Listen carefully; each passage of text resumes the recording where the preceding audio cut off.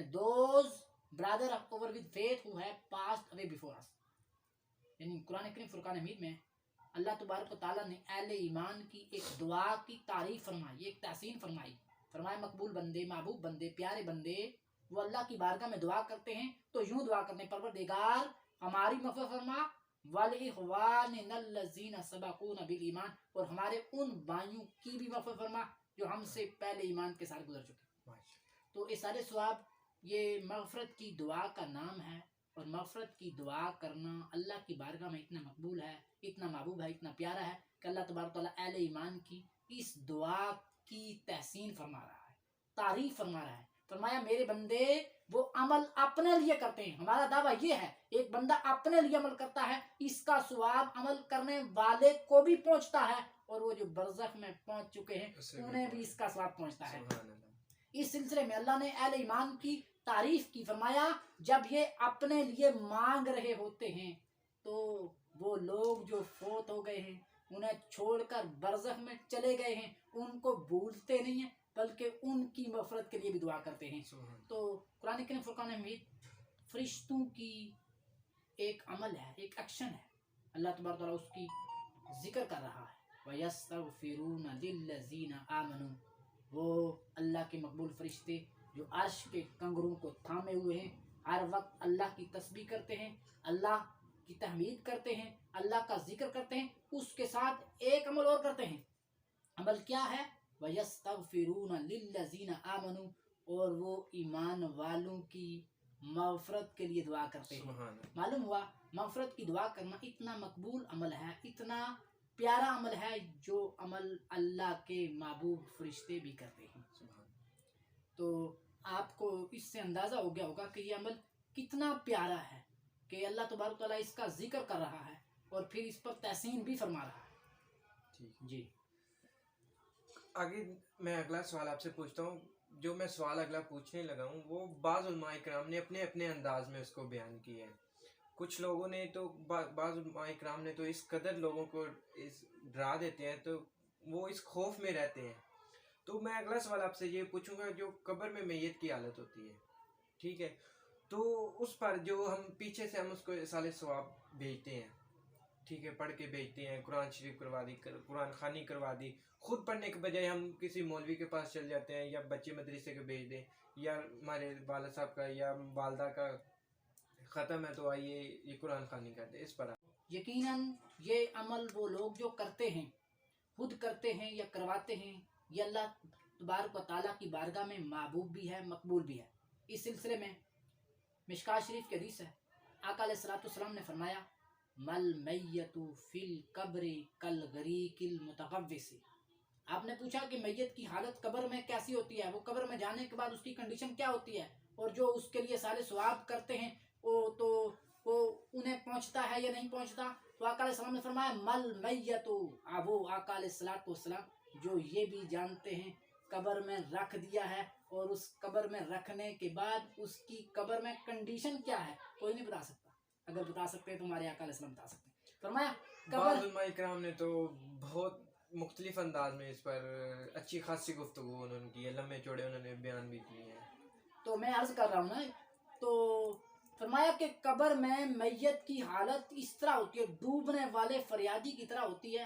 ینتظر، جیسے کوئی ڈوب رہا ہے نا، ینتظر دعوتن، اور وہ انتظار کرتا ہے کہ کوئی دعا اسے پہنچے. تلحقہ من اب او ام او اخ او صدیق، جب کہ اسے کوئی دعا اسے ماں باپ، اولاد، دوستوں اور رشتہ داروں کی طرف سے پہنچے. فائزہ لحقتہ، جب دعا پہنچ جاتی ہے، کان احب الیہ من الدنیا وما فیہا، وہ دعا اس مرنے والے کے لیے، فوت ہونے والے کے لیے، دنیا اور اس میں جو کچھ ہے اس سب سے محبوب ہوتی ہے. آپ غور کریں، دنیا کا مال، دنیا کی ثروت، دنیا کی عمارت، دنیا کی حکومت، تخت، تاج، راج، یہ سب مرنے والے کی مٹھی میں تھما دو. if he become the king of all world، اگر وہ پوری دنیا کا بادشاہ بن جائے، کیا اسے اتنی خوشی حاصل ہوگی؟ آقا علیہ السلام نے فرمایا نہیں.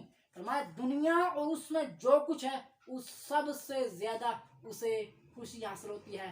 اور اللہ تبارک و تعالیٰ وہ جو ہم